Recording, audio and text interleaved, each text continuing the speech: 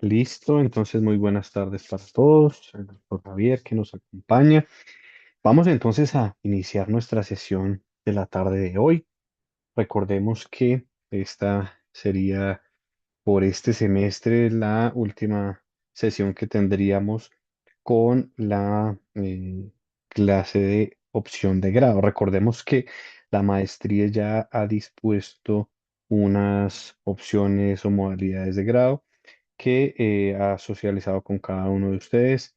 Algunos de ustedes ya han podido avanzar en cada uno de acuerdo a la elección que hayan tomado.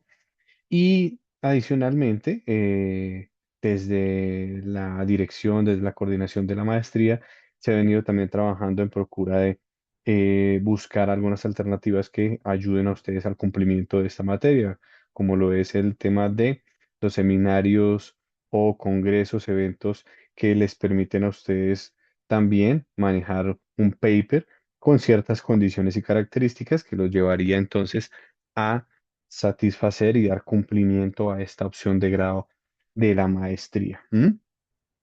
Algo clave que hemos venido hablando durante todo este semestre ha sido el tema de la alineación de los temas y los trabajos que ustedes vengan adelantando en el marco de las líneas de investigación que viene trabajándose desde la maestría. Recordemos que si estamos trabajando en una maestría en criminología y políticas públicas, es fundamental que nuestra atención en los trabajos o las investigaciones que adelantamos se enmarquen precisamente en esos asuntos. De lo contrario, pues digamos que va a estar un poco alejada al eje central sobre el cual debe cursar esa investigación y lo ideal es que podamos hacerlo muy bien y alineado en esos términos. Bien. Dentro de las clases que hemos podido ver, hemos analizado el ejercicio investigativo, el avance que han tenido algunos de ustedes en cuanto a los trabajos. Hemos podido hacer algunas apreciaciones, algunas observaciones y recomendaciones en procura de lograr un muy buen resultado desde esa opción de grado que ustedes han elegido. Y quiero hoy que primero retomemos un poco eso de manera general y les doy algunas recomendaciones adicionales que pudieran llegar a servirnos en términos de la organización de la información, en términos de la manera en que ustedes pueden desarrollar el trabajo y en términos de em, fuentes de información, de cómo puedo consultar, en dónde puedo encontrar realmente fuentes confiables e incluso pensar en el uso de la inteligencia artificial dentro de los procesos de investigación que claramente van a constituir un elemento, un apoyo, un respaldo importante al ejercicio que ustedes ya vienen haciendo, sin que signifique que sea la IA la que vaya a desarrollar el trabajo, porque claramente quienes hemos venido trabajando y digamos que en la investigación propiamente, pues muchos de los profesionales pues ya vienen conociendo cómo se utiliza y digamos las bondades que se tienen por parte de estas herramientas, ¿no? Entonces no podemos dejar únicamente la tarea en ellos, ¿sí? Y por último, pues algunas recomendaciones ya precisamente en el marco del uso de esas IAs. Bien, listo. Yo les decía a ustedes, ojo con el problema de investigación. Cuando hablamos del problema, estamos hablando de la mitad de la investigación. Si nosotros hemos logrado decantar, pulir y resolver qué yo quiero trabajar, sencillamente ya llevo un avance muy significativo para ya empezar adelante. ¿Yo qué he hecho? Yo también les he recomendado que traten de hacerlo, digamos, en la práctica ustedes sepan que el tema, problema, necesidad, asunto que ustedes van a abordar, pues realmente tiene una eventual solución, una posible solución y que efectivamente el tema o el problema no ha sido abordado previamente con miras a que no nos quedemos sin tema o sin problema, ¿sí? Porque generalmente nos dejamos llevar por la emotividad de un tema que tal vez nos compartieron, sin embargo, al momento de iniciar el curso de investigación, empezar a encontrar fuentes de información, de haberme desgastado mucho, pues voy a ver que no hay nada al respecto, que ya se ha hablado lo que yo pretendía desarrollar en mi investigación. Por esa razón, debe haber una investigación preliminar. Yo en esos procesos de investigación debo haber hecho una lectura previa, una lectura detenida de todas las fuentes en las que yo quiero, de las que yo quiero valerme para poder eh, mm, llenarme de argumentos para identificar y decir, señalar que efectivamente hay un problema, hay una necesidad y es fundamental, es necesario que los académicos nos centremos en ese asunto para plantear una eventual solución. ¿Listo? Entonces, eso es importante. ¿Qué aspecto también es fundamental? Que como les digo, en la práctica lo he podido ver y es, yo siempre voy de la solución, casi desde el final de la conclusión en la práctica de mi proyecto de investigación, hacia atrás, ¿sí?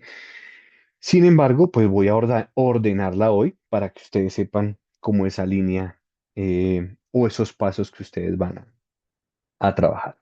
Entonces, primero, ustedes van a mirar, en este caso, si vamos a trabajar o trabajamos todos en materia penal, pues vamos a mirar asuntos de orden penal que sean de su interés, ¿sí?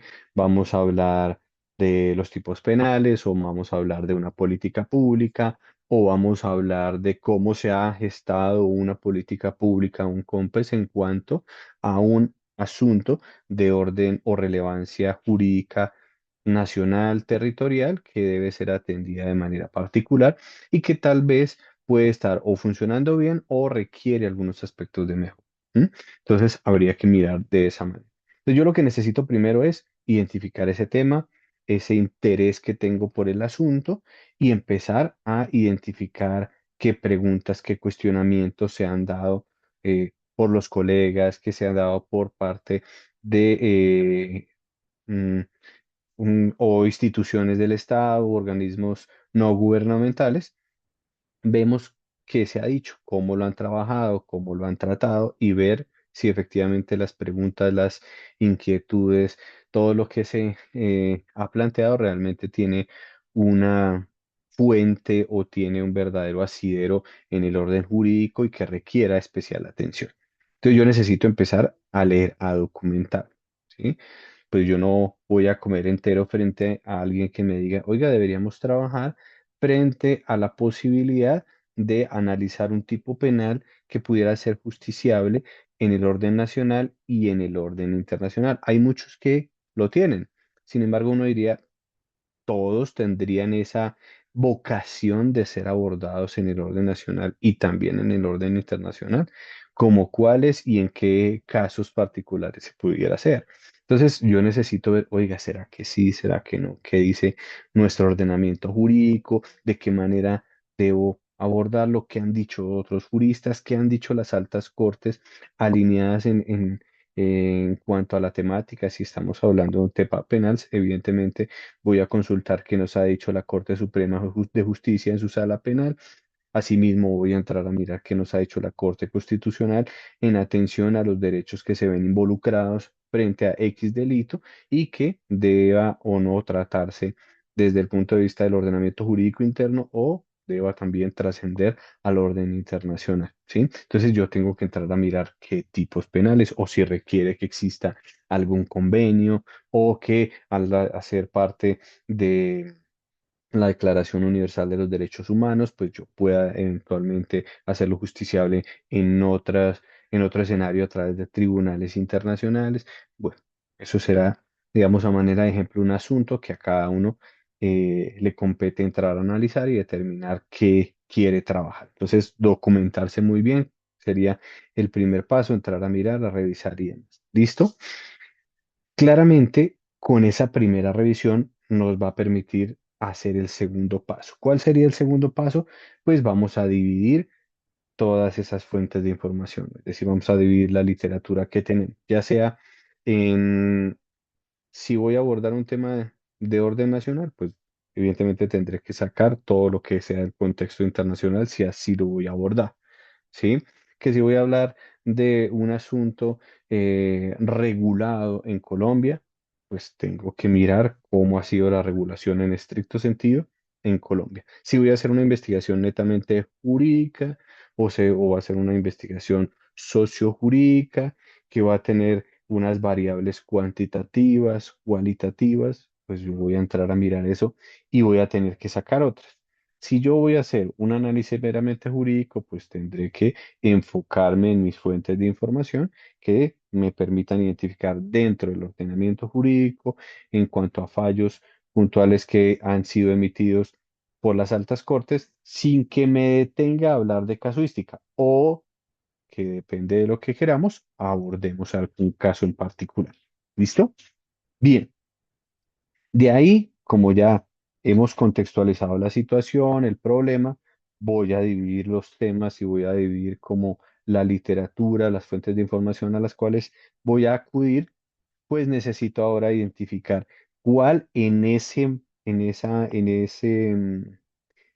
fragmento, en ese espectro de información de fuentes que ya he determinado, pues voy a identificar qué problemas adicionales o necesidades se han presentado y que yo pueda haber identificado con apoyo de otros juristas, de otras investigaciones, artículos, publicaciones y demás. ¿Sí? Y aquí es importante que sepamos y voy a, digamos, a relacionarlo con una de las recomendaciones que haremos ahora al final, y es qué fuentes de información a qué fuentes de información puedo acudir. Ejemplo, si yo lo que quiero efectivamente es trabajar un tema netamente jurídico, a nivel académico, pues yo puedo ir, ejemplo, a Scopus. Puedo encontrar publicaciones, artículos, tesis de diferentes autores que van a ser, pues, evidentemente no solo en Colombia, sino a nivel internacional, y eso me va a, a abrir un poco la mente frente a la percepción que otros investigadores han encontrado en cuanto a un tema, a un asunto, y ya identificar si dentro de ese tema, pues han podido segregarse algunas problemáticas y necesidades puntuales, que es lo que quiero precisamente identificar. Otra fuente de información, aunque pareciera muy sencilla, muy clásica, es buscar en Google Scholar. Buscar en Google Scholar no, digamos, nos brinda más bien, no es que limite un poco la investigación, sino que por el contrario no la amplíe, porque pues las fuentes que tenemos allí es innumerable. Y yo he buscado precisamente información allí, la he encontrado con mucha facilidad y me ha dado pues luces frente a los temas que yo he querido abordar, ¿cierto? De otro lado, pues todas las fuentes de información que la misma universidad les brinda. Recordemos que en la biblioteca ustedes tienen tanto textos en físico como sus usuarios para poder consultar las bases de datos que les van a permitir pues ampliar precisamente el conocimiento en una materia puntual. Entonces, no desaprovechen esas herramientas. Habría que solicitar con la coordinación de la maestría de pronto cómo acceden o pedir el apoyo desde la biblioteca, cómo pueden ustedes acceder a la información. Yo creo que eso ustedes lo tienen a la mano y deben aprovecharlo al máximo para que pues podamos tener también esa información a la mano, ¿no?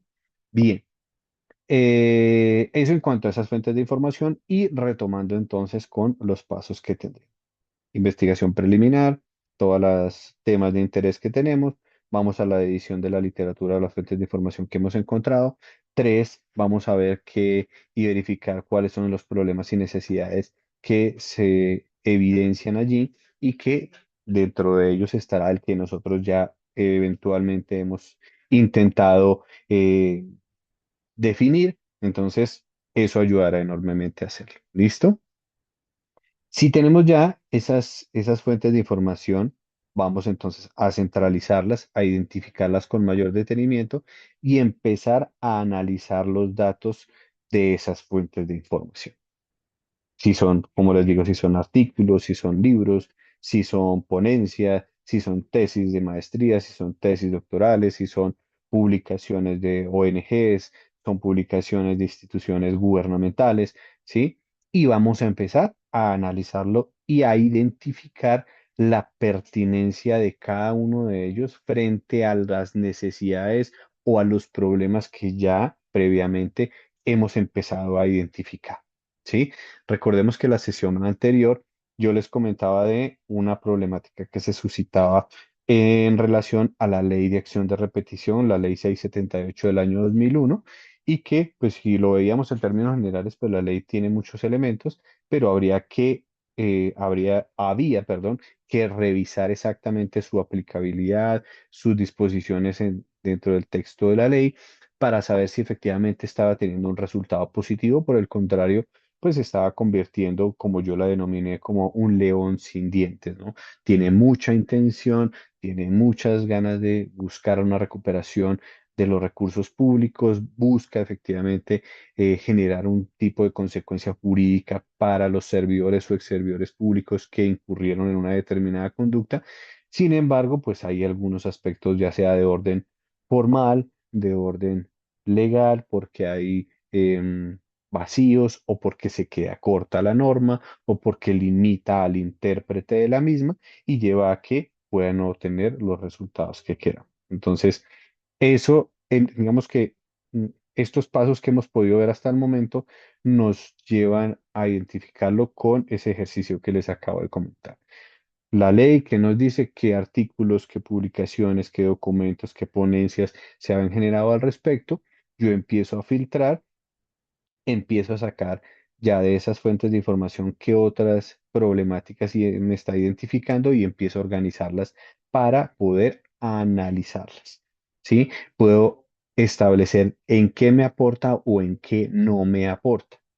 Y ojo con esto, ustedes deben no dejarse desviar de sus temas central de investigación y de la manera en que la van a abordar, porque en algunos casos los jurados, quienes revisamos las tesis, pues nos inquietan algunos temas relacionados con el problema, sin embargo, no responden de manera directa porque pues ese asunto pudiera ser objeto de otra investigación, ¿sí?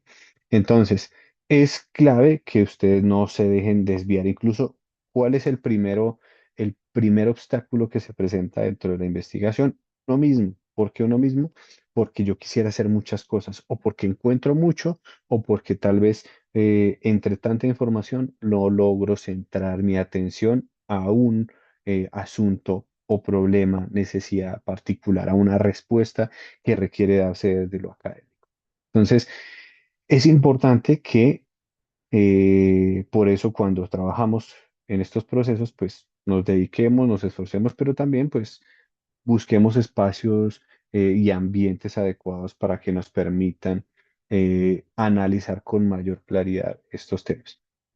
Algo que les puede ayudar también ahí es hablen con sus colegas, hablar con sus colegas. Mire, yo encontré esta información, encontré lo otro. Obviamente, colegas que manejen el tema que ustedes están trabajando, ¿sí? O que por lo menos tengan conocimiento del mismo y que les puedan a ustedes permitir o ampliar algún espectro que ustedes estén ignorando. ¿Por qué? Porque pues yo ya he leído mucho, me he encaminado por un aspecto, pero tal vez he dejado de lado otro que mi colega, que mi amigo, que mi compañero, pues me hizo ver, dijo, oiga, yo sí lo había visto, pero no le presté la atención suficiente, voy a abordarlo de esa manera. Entonces, sí es importante que también lo hable, ¿sí? Yo les decía también que dentro de las recomendaciones que ustedes deben tener al momento de escribir y empezar a trabajar es precisamente eso, arriesgarse a soltar su mente y empezar a escribir ya sea manualmente o en su computador, dejen ir todas las ideas que se les vengan a la cabeza, porque ahí es donde empieza todo el proceso, ¿sí? Yo necesito empezar a desahogar mi mente y mis inquietudes y empezar a escribir, a ver si efectivamente todo lo que se me está ocurriendo tiene una respuesta o por lo menos un respaldo para poder yo continuar con la investigación. Porque hay oportunidades, hay situaciones, hay casos en los que yo puedo pensar en algo, lo escribo, lo analizo, pero voy a identificar posteriormente con una lectura, con una revisión eh, de las fuentes que ya he podido ver, que efectivamente pues eso no tiene mayor, eh, digamos, profundidad porque no me va a facilitar una respuesta clara ni me va a permitir hacer una investigación con los argumentos que requiere una maestría. Bien, listo. Una cosa, señores, ya aquí en este otro punto, si empezamos a analizar la información de esas fuentes que ya hemos seleccionado, empezamos a analizar la pertinencia frente al problema, ese análisis debe trasladarse a una interpretación de esa información. Yo necesito analizar los datos, analizar las fuentes, analizar el aporte que cada uno de ellos me da, pero ahora yo necesito interpretarlos en el marco de lo que yo quiero hacer, ¿sí? Es una cosa ver las partes de un, ejemplo, las partes de un carro en su individualidad, ¿sí? Pero otra cosa es cuando yo lo armo, ¿cierto? Entonces yo necesito saber de qué está compuesto, cómo me aporta a lo que va a ser esa estructura de un vehículo, ¿sí? Y cómo interpreto que esa partecita puntual aporta, ayuda, contribuye a la esencia misma de lo que hoy entenderíamos como un carro, ¿sí? Digamos a manera de una analogía muy sencilla, pero que les permite a ustedes entender que la información aislada, si bien es importante, ella misma es clave y fundamental siempre y cuando la pueda yo interpretar, ajustar, digamos, adecuar al entorno mismo del problema que quiero trabajar y cómo lo articulo con los demás aspectos ya que he podido evidenciar, ¿sí? De ahí me lleva a que esa interpretación me permita a mí dividir el resultado.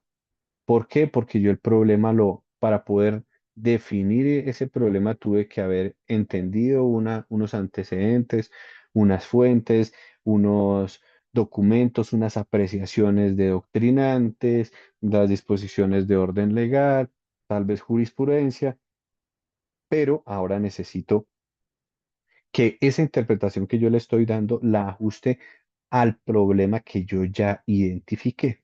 ¿Cómo lo ajusto? Necesito articularlo. ¿Y cómo lo articulo? Precisamente con lo que hemos hablado antes y es a través de los objetivos específicos. Si nosotros veíamos que teníamos un problema, el problema debe tener una clara coherencia y relación directa con lo que va a ser el objetivo general. ¿Sí? Si yo planteo, si efectivamente, o planteo una pregunta en términos de si la ley 678 del año 2001 que regula las acciones de repetición me contempla los elementos suficientes que me permitan a mí recuperar recursos públicos, pues digamos que ahí empiezo a plantear una pregunta muy general que requiere su atención, me requiere sus ajustes, pero yo voy a empezar a identificar que el objetivo general va a ser establecer si los términos en los cuales ha sido planteada la ley 678 me permite garantizar una efectividad en la obtención o la recuperación de esos recursos públicos derivados de las acciones de un servidor público o ex servidor público del Estado, ¿cierto? Entonces, si se dan cuenta, tengo que tener casi las mismas categorías que están en el problema, deben estar en el objetivo general. Bien, y de esa manera, ese objetivo general ahora lo voy a fragmentar, lo voy a separar. ¿Para qué? Para poder atender y responder a ese problema. Ahí está en la interpretación de la que les venía señalando ahora. Si yo tengo mi problema, claro que va a ser directamente proporcional o directamente relacionado con el objetivo, voy a poder identificar las categorías. Entonces, uno va a ser la ley 678 frente a la acción de repetición. Entonces, voy a tener que fundamentarme tener todo el estado del arte, todo el marco teórico relacionado a lo que es una acción de repetición. ¿Sí? Voy a tener que mirar sobre quién recae las acciones de repetición, entonces voy a hablar de los servidores y los ex servidores públicos. Voy a tener que hablar sobre lo que el mismo artículo 90, que es la fuente de responsabilidad, nos lleva a hablar de las conductas, una conducta dolosa, una conducta gravemente culposa. Ya solo el artículo 90 nos está brindando, uno, responsabilidad del Estado; dos, pérdida o detrimento patrimonial; sujeto, servidor o ex servidor público; y tres, nos empieza a hablar de la conducta dolosa o gravemente culposa. Son cuatro elementos que empezaríamos a mirar precisamente dentro de las categorías que voy a desagregar de mi objetivo general. ¿Sí? Entonces, primero, todo lo que corresponde a la acción de repetición. ¿Qué es? ¿Cómo funciona? ¿Cuál fue el objetivo que estableció el legislador? Y demás. ¿Sí? Segundo, ya empiezo a mirar qué aspecto puntual problemático va a ser el que ya va a identificar y me va a diferenciar de otras investigaciones. Entonces yo voy a entrar a mirar que ahí puedo elegir, o el tema de los comités de conciliación, que les comentaba la sesión anterior, la calidad de quienes ostentan en un rol o un papel dentro del comité de conciliación. O ejemplo, podemos tomar las presunciones de culpa y dolo que plantea la misma norma, o pensemos en el trámite judicial que requieren ese tipo de acciones a efecto de demostrar el elemento subjetivo que ya la misma norma nos está diciendo, que es el dolo o la culpa grave. Entonces yo tengo que empezar a mirar, a centrar mi atención en ello y ver si lo quieren hacer o cómo podríamos valernos en una tercer patica, que sería ese tercer objetivo. En este caso, ya sea que ustedes se valgan de un elemento descriptivo, ¿sí? Yo puedo mirar fallos que se hayan emitido, o si voy a ver solamente desde el punto de vista jurídico en estricto sentido, pues voy a mirar eso, qué dice la norma, cómo lo ha planteado, cuál fue su finalidad y cómo lo ha interpretado hoy la alta corte, sin entrar a hablar de quiénes están allí, cuáles han sido los resultados de de los fallos, ¿sí? Porque pues depende si es jurídica o sociojurídica y qué fuentes de información voy a tener en cuenta allí. ¿Sí? Porque precisamente si yo analizo, si yo tengo clara la parte sustancial, empiezo a analizar el segundo, pues la parte sustancial, todo lo de la acción de repetición, las fuentes generales, todo el marco teórico, estado del arte. Voy a entrar a un segundo capítulo, ¿sí? Que me va a hablar precisamente de mm, el elemento problemático puntual que ustedes están planteando, ejemplo, el de la presunción de dolo y culpa. Voy a entrar a mirar qué es el dolo, qué es la culpa. Yo puntualmente hice un análisis en el cual identifiqué cómo se entiende el dolo en materia fiscal, cómo se entiende el dolo en materia civil, cómo se entiende el dolo en materia penal, cómo se entiende el dolo en lo disciplinario, ¿sí? Y asimismo con la culpa. ¿M? Entonces yo ya empiezo a ver la generalidad de la repetición y empiezo a hablar de esas particularidades de la categoría de la conducta de carácter evidentemente subjetivo que yo voy a entrar a analizar. Y por último, voy a mirar cómo esa conducta efectivamente ha sido demostrada, ejemplo, por las entidades públicas o por el mismo juez fallador. Si ya nos vamos, entonces ahí tendríamos que acudir a la jurisprudencia, tendríamos que analizar los casos que hayan sido fallados y cómo ellos han interpretado que la entidad pública perjudicada debe demostrar esa conducta. Entonces, yo cómo debo, como juez, si yo voy a asumir como juez, cómo debería yo entrar a interpretar esa conducta. O porque la entidad pública afectada me demuestra cuál fue la conducta dolosa o gravemente culposa, o sencillamente porque si yo veo que hay un detrimento patrimonial y que yo asumo que hay dolo y culpa, pues sencillamente coloco, identifico el fallo de responsabilidad extracontractual o contractual que haya dado lugar a la condena contra el Estado y la adjunto a la acción de repetición para que sea el juez el que analice si sí hubo o no hubo esa conducta y que determine la responsabilidad para yo poder lograr como entidad pública recuperar esos recursos. Entonces hay que mirar muy bien qué se quiere hacer y empezar a puntualizarlo dentro de ese segundo ítem o ese segundo objetivo que estamos planteando. Algunos que hacen o toman el tercer objetivo frente a el ejemplo, a los fallos judiciales, o dos, pueden llegar a tomarlo eh, con un análisis meramente teórico o le permiten a ustedes generar una propuesta adicional que le permitan a ustedes brindarle herramientas jurídicas, ejemplo, en este caso, al fallador, al juez. Entonces yo le digo, señor juez, debe tener en cuenta que el fallo que condena al Estado identifica ciertos comportamientos que tuvo o no tuvo el servidor público y que dio lugar a la condena. Ejemplo, si fue porque despidió a una persona sin los argumentos jurídicos, entonces uno diría, pues emitió un acto administrativo con ausencia o con falsa o con falta de motivación, ¿cierto? Entonces uno dice, la conducta fue dolosa.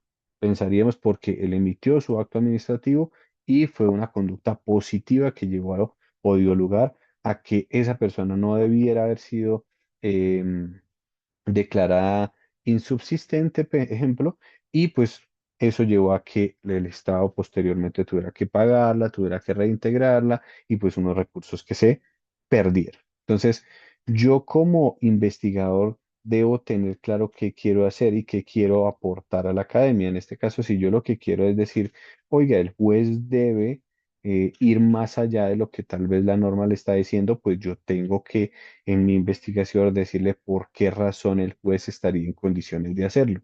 ¿Sí? Ustedes recordarán que en materia de orden público, en materia laboral, ejemplo, el juez está en la obligación de fallar, o puede más bien fallar ultra y extra petita, más allá de lo pedido o incluso lo que no fue pedido dentro de una demanda. Entonces aquí habría que mirar si, ejemplo, podría el juez administrativo endilgársele la responsabilidad de hacer un análisis de ese tipo para poder determinar que cuando se está hablando de recursos públicos, pues él pudiera eventualmente llegar a tener esa actitud o ese comportamiento dentro del análisis jurídico que hace dentro de los procesos de acciones de repetición que se adelantan en su despacho. Entonces hay que mirar muy bien qué quiero hacer, ¿sí? O si por el contrario, yo lo que quiero hacer es que sencillamente analice cada conducta que determina la ley como presuntiva de dolo o culpa para que me identifique si efectivamente el comportamiento del servidor se enmarcó en ella. O si yo como juez sencillamente ante la idea de que es una jurisdicción rogada, pues la administración es quien tiene que demostrarme a mí, como juez de la República, que efectivamente su servidor o ex servidor público actuó con una de esas conductas. A mí no me puede llegar sencillamente diciendo, este es el fallo de responsabilidad del Estado, condenaron a mi entidad, yo pagué, por esa razón interpongo mi acción de repetición en contra de Pepito Pérez, por la cual, o motivo por el cual usted, señor juez, debe entonces condenar a este señor Pepito Pérez a que devuelva los X cantidad de dinero, X cantidad de recursos que se perdieron producto de esa condena. Entonces, no es un acto automático, ¿sí? Y eso es lo que yo tengo que empezar a identificar dentro de mi investigación, ¿sí? Entonces, mis objetivos deben ser ejemplos o ejercicios claros que me permitan que de manera independiente se soportan, se sustentan por sí solos, que su extensión en el marco de la investigación que yo estoy haciendo, si voy a hacer una tesis, eh, deben ser lo suficientemente ajustados y proporcionales a los otros, porque cada objetivo específico, en donde yo recomiendo que sean no más de tres objetivos específicos, hasta cuatro, pero ya es demasiado. Pensaría que yo con tres tengo suficiente para abordarlo, el problema y yo puedo organizar la temática que me permita únicamente definir tres objetivos. Cada uno de ellos debe tener una extensión similar, una extensión eh, equilibrada para que no se genere un desequilibrio entre los mismos. Yo no puedo escribir un artículo de investigación si pensamos en un artículo de investigación en donde el primer tema, primer objetivo que yo voy a trabajar, se me vayan tres paginitas, que el segundo se me vayan 10 y que en el tercero se me vayan 5, ¿sí? Si bien es cierto, uno no debería limitarse a la parte formal, sí evidencia que hay un mayor peso en el desarrollo, en el análisis y en la interpretación que yo pueda hacerle a uno u otro, razón por la cual debe existir un equilibrio entre cada objetivo y digamos que, el estudio que yo realice de cada uno. ¿Sí? No puedo dejar uno bien trabajado, muy bien soportado, otro con ciertos visos de análisis genérico y en otro donde yo solamente paso un brochazo de los temas o de los resultados que yo tuve. Entonces, sí es importante que haya un equilibrio entre cada capítulo, que será cada objetivo específico, y que como resultado de los tres el análisis que yo voy a hacer de esos tres capítulos me va a permitir, como un eslabón dentro de un sistema, me va a permitir encontrar la respuesta a ese problema que ya he planteado. Y de igual forma, pues responderá o me dará respuesta al objetivo general, ¿sí? Cumplo más bien con el objetivo general y me responde al problema planteado. Bien. En ese sentido, logramos entonces casi que consolidar todo lo que sería esa investigación, teniendo esos objetivos, planteando la respuesta y demás. Si ustedes observan, hemos empezado a mirar cuáles los problemas, cuáles son los problemas, cuáles son las fuentes de información, cómo lo debo analizar, cómo debo separar los temas que realmente aportan a mi investigación, cómo voy a empezar a concretar mi problema de investigación, cuál va a ser mi enfoque y empiezo a dividirlos en mis objetivos específicos que simultáneamente van a ser mis capítulos dentro del texto, dentro del documento final, y eso me va a llevar entonces a poder consolidar lo que voy a llamar, en este caso, una tesis de investigación. Yo lo manejo y lo sugiero, y es que esa misma dinámica la utilizo indistintamente de si opto por un paper, si opto por un artículo. Claro, cada uno tiene su formalidad, sin embargo, en términos de metodología o en términos de mi forma de trabajar, yo sí quiero que todo tenga un orden, una organización y que el lector de mi documento pues tenga claridad frente a lo que yo estoy exponiendo, ¿sí? Si yo voy a hacer un artículo de carácter reflexivo, ¿sí? Pues precisamente debo brindarle los elementos sustanciales al lector para que lo que yo estoy planteando como problema pues él logre encontrar o leer, identificar en mi texto cuáles fueron mis fuentes, cómo las analicé, cómo las interpreté y cómo las aplico frente a la postura o a la necesidad o al problema que yo he encontrado que a juicio del suscrito debe tener un tratamiento desde lo legal, desde lo académico, desde lo institucional, desde la política pública. Bueno, eso ya será lo que ustedes cada uno va a entrar a mirar. ¿Listo? Entonces, eso en cuanto al trabajo que ustedes digamos que ya lo tienen muy bien organizado, muy bien trabajado. Ahora, ¿qué es importante en cuanto a la información? Porque pues veíamos muy bien y muy chévere el camino que debemos recorrer para poder llegar a nuestra tesis. Sin embargo, a veces cuando empezamos en la primera parte de identificar los temas, de empezar a buscar la literatura y la información, pues, ¿qué hacemos? Yo lo hice en los primeros ejercicios y era, encontraba alguna información en la web que me parecía interesante, medio lo leía o lo leía y lo descargaba, o bueno, lo descargaba y lo leía y lo iba guardando en una carpeta. Entonces me iba llenando de documentos. Tu. Pero sí es importante que además de eso ustedes lo vayan clasificando. ¿Qué tipo de documento es? Artículo de investigación, algún trabajo, si es alguna ponencia en términos académicos, o si es de orden legislativo, qué normas se relacionan con ese tema. Entonces, normatividad.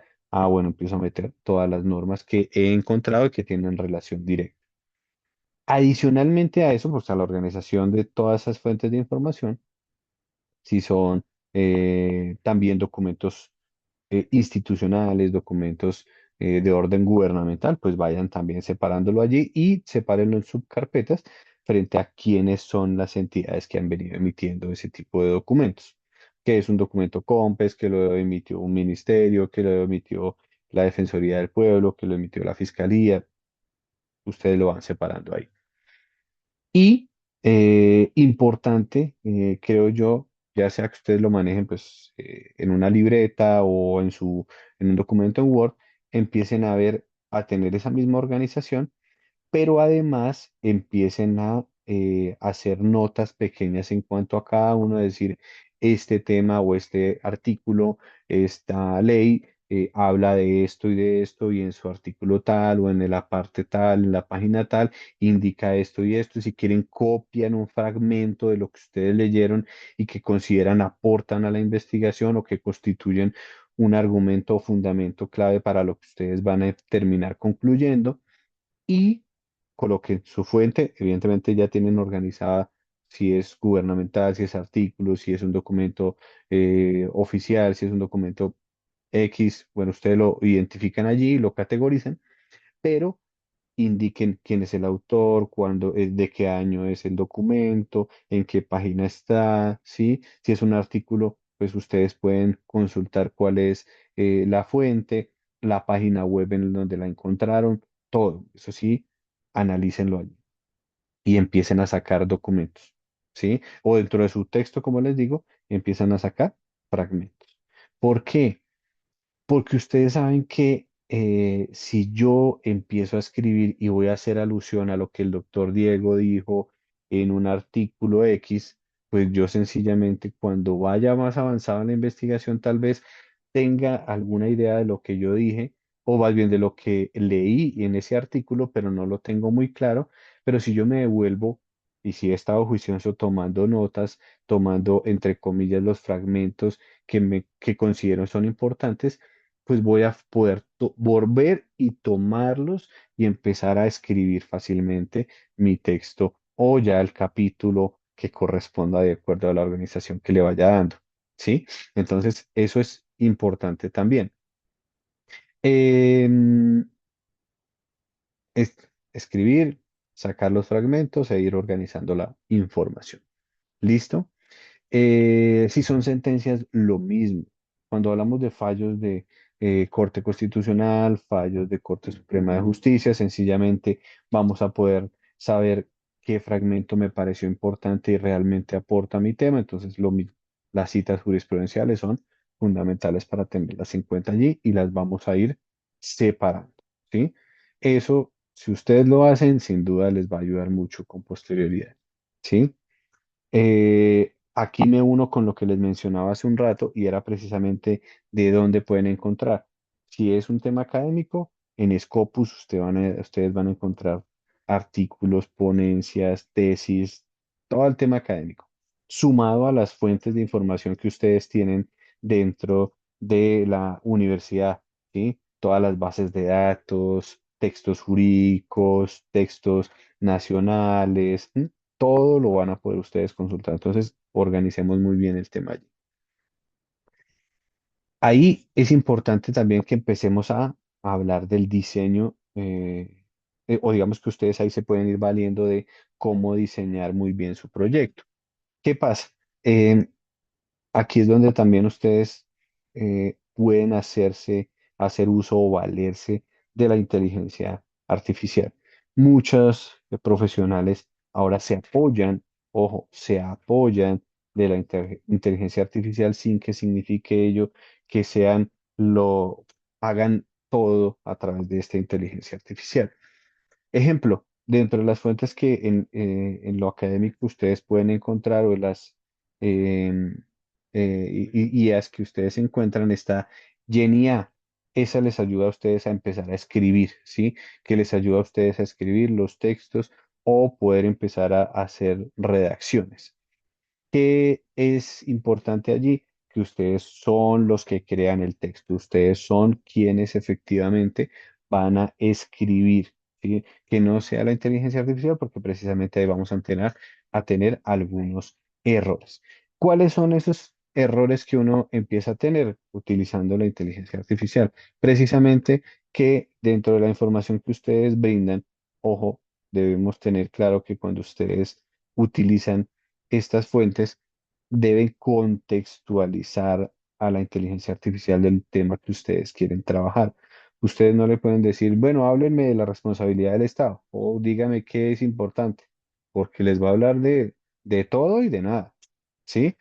Pero sí es importante que ustedes puedan contextualizarlo. Ah, bueno, yo identifiqué que dentro de la responsabilidad del Estado en Colombia se encuentran unos regímenes de responsabilidad y que puntualmente en el régimen de responsabilidad objetivo encuentro X, X.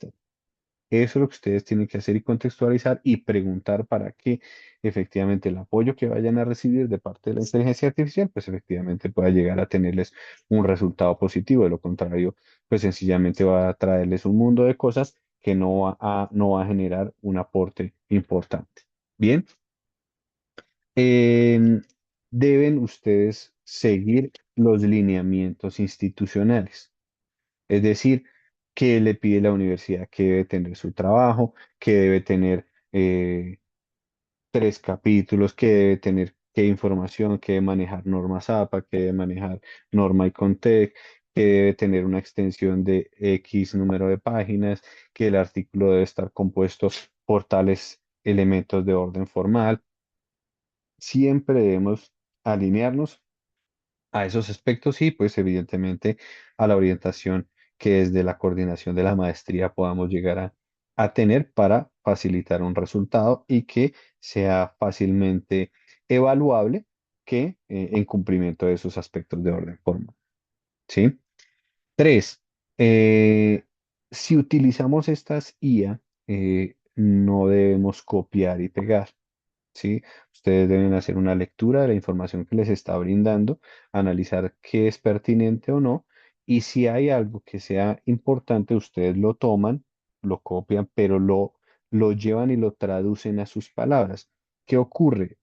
También la inteligencia artificial se equivoca porque a veces toma fuentes de información errónea. Tal vez si hablamos en términos legislativos, puede que tome normas que ya hayan sido derogadas, que hayan sido cambiadas, modificadas y que tal vez únicamente la información que encontró pues fue una ya desactualizada. Entonces, eso es clave.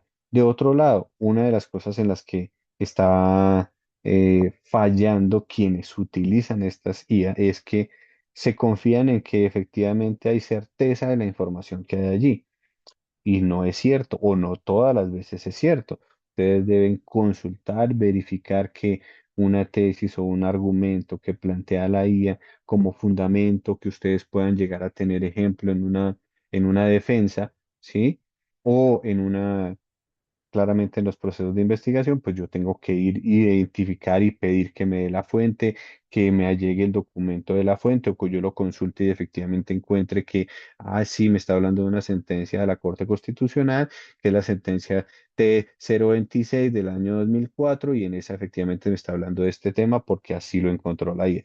Ah, bueno, si yo logro identificar que efectivamente sí existe la sentencia y sí está ese fragmento, pues ya puedo tomarlo, analizarlo y aplicarlo al caso o al problema que yo estoy trabajando dentro de mi investigación. De lo contrario, pues sencillamente descartémoslo. No tomemos nada a la ligera, no tomemos información que nos puede brindar la IA de manera rápida, porque precisamente allí es donde las equivocaciones se pueden presentar y si ustedes llegan a presentarlo, pues pueden encontrarse con un jurado que efectivamente tenga un amplio conocimiento en el tema y los corchen con una pregunta en relación a ese argumento, a esa tesis o a esa afirmación que ustedes han venido haciendo en ese documento. Entonces, no se confíen, no copien y peguen, sino que interpreten, lean y analicen, porque vuelvo y digo, esta es una fuente, una herramienta, es una ayuda importante, pero que no se vuelve en una ayuda, digamos que en su fuente primigenia de información. No vamos a decirle, señores, por favor, estructúreme un capítulo uno de esta investigación en donde desarrolle esto y esto, porque eso no va a ocurrir y claramente la forma en que la IA se expresa y manifiesta un tema ahí, pues es muy identificable o muy fácil de identificar, entonces es clave que haya un aporte, una interpretación en ese sentido.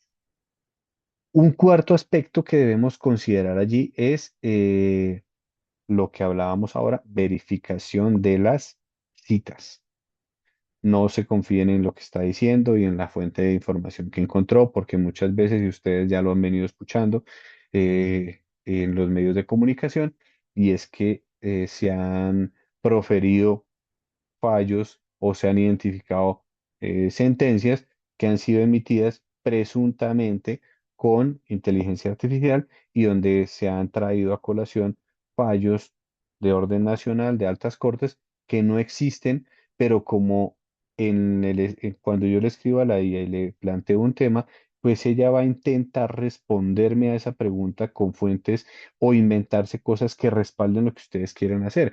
Y yo no necesito que me digan que efectivamente tengo la razón, sino que encuentre fuentes de información válidas para controvertir incluso lo que yo tengo. ¿Qué es importante allí o qué les puede ayudar? Es que cuando ustedes tengan el documento, cuando ustedes tengan eh, eh, su postura, ustedes ahí sí se la pueden plantear a la IA y le dicen, listo, miren, mi argumento en este problema es este, que compone tales y tales aspectos. Necesito que usted me diga qué aspectos críticos puede llegar a tener dentro de una presentación ante unos jurados o dígales qué posturas o tesis contrarias pueden ser usadas frente a los argumentos que yo estoy planteando. Entonces, es decir, utilícenla para como un par de ustedes y que puedan ustedes cuestionar una postura que ustedes están planteando o están intentando definir. ¿Listo? De esa manera sí les puede ayudar porque ya van a identificar fallas en sus argumentos, tal vez aspectos que ustedes no consideraron dentro del desarrollo de la investigación y que sí efectivamente deben ser incorporadas y que la IA sí puede ayudar a identificarlas. ¿Listo? Em, y por último, no dejemos que la IA sea la que analice y precisamente eh, desarrolle el tema que yo estoy abordando, ¿sí? Entonces, eh, si yo le pido a la IA que me redacte un texto de conclusión en relación a X tema, pues él la va a sacar a su manera. Si yo no le doy los elementos en que yo lo quiero, pues ya lo va a sacar a a su criterio. Claro, la IA también va aprendiendo de toda la interacción que tiene con cada uno de nosotros. Si yo le pregunto, si yo le escribo, si yo le hablo, le refuto, le digo que revise X o Y cosa, pues ella va aprendiendo, va encontrando información y va a tener como un diálogo, valga decirlo, con ustedes frente a su tema de una manera mucho más fluida. Pero sí es importante que no dejen que el análisis lo haga ellos, sino ustedes hacen el análisis con base en los elementos de juicio que les está brindando en términos de fuentes normativas, fuentes doctrinales, fuentes literarias, académicas, lo que sea, ¿sí? Entonces, esos aspectos considero que les pueden ayudar mucho cuando ustedes utilicen la IA dentro de los procesos de investigación. Bien, pues digamos que esas son algunos de los aspectos que quería también abordar con ustedes en la tarde de hoy, porque pues finalmente aún algunos de ustedes o están en proceso de definir qué opción de grado van a elegir, uno o dos, ya han elegido una opción de grado, ya han satisfecho ese requisito y sencillamente pues están atendiendo las obligaciones que les corresponden en el marco de la materia.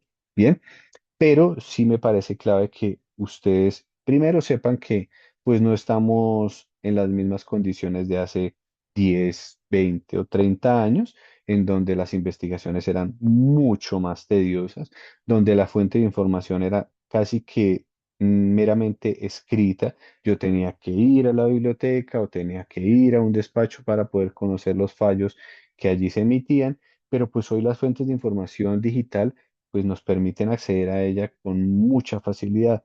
Yo puedo encontrar todos los fallos en la web, la Corte Constitucional tiene todas sus sentencias cargadas, si son de tutela, si son de constitucionalidad, si son sentencias de unificación.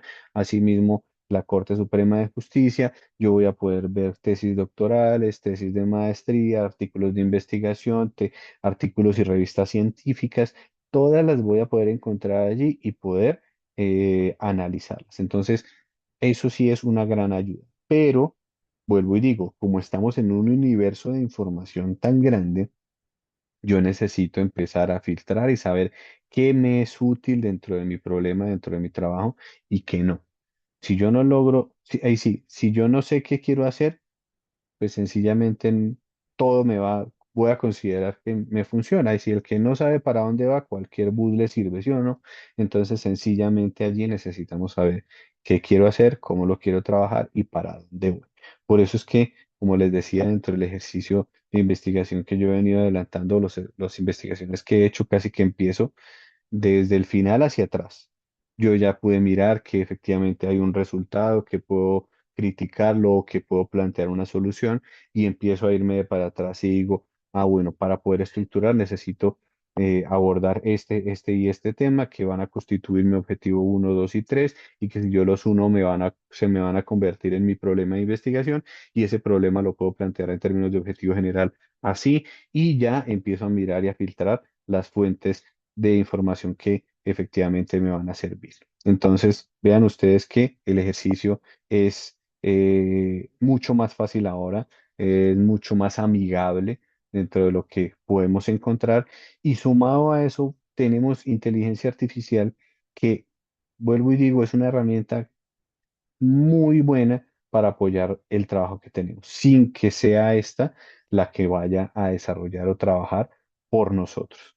Ya hubiera yo querido, dentro de las investigaciones que inicialmente abordé, poder tener el apoyo de inteligencia artificial porque era casi Google y pues Google no me brinda mayor cosa. Yo le doy palabras y ella empieza a buscar qué documentos o qué noticias o qué fuentes tienen las palabras que yo le coloqué en el buscador. Mientras que la inteligencia artificial, sí, yo ya la puedo contextualizar, le puedo explicar, le puedo decir qué quiero hacer, qué, eh, qué problemática considero yo que estoy encontrando y que me ayude a buscar soluciones alternativas o fuentes documentales que puedan valerme o que puedan ser utilizadas para poder trabajar.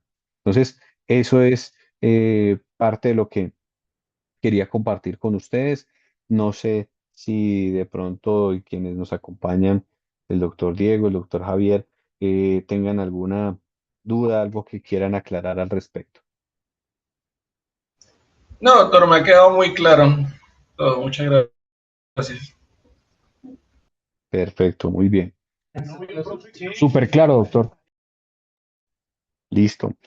Pues bueno, entonces de verdad que pues les agradezco a ustedes por su tiempo, por su disposición. Espero que estos tips, estos aspectos que hemos podido abordar en las diferentes sesiones hasta hoy, pues realmente hayan sido de interés, que hayan sido válidas para sus trabajos, para sus investigaciones y que las aprovechen efectivamente ya en la práctica, porque a mí también me daban muchos tips, me daban muchos aspectos que eran importantes, sin embargo, yo al momento de empezar a trabajar como que se me olvidaban y ya me enredaba, me llenaba mi cabeza de información y solo hasta que no hablaba con algún compañero, con mi director de tesis, con algún colega o trataba de pensarlo con mayor claridad, ya decía, oiga, no, pero mire que me habían dado estas recomendaciones y yo no había hecho caso. Empiezo nuevamente a tomar esos tips que me pueden ayudar y a facilitar la vida. Entonces, ténganlo presente, revísenlo, cualquier duda, inquietud, sugerencia, con mucho gusto estoy atento a resolverlo. El doctor Ricardo pues también estará ya presto a colaborarles en las dudas que ustedes puedan tener en cuanto al trámite interno junto con el coordinador. Entonces, pues nada, de verdad que agradecerles a ustedes por su tiempo y espero poder acompañarlos en una próxima oportunidad. Entonces, doctores, una feliz noche para todos. Muchas gracias. Doctor, Muchas igualmente, gracias. muchas gracias a usted. Una buena noche. Gracias, que estén muy bien.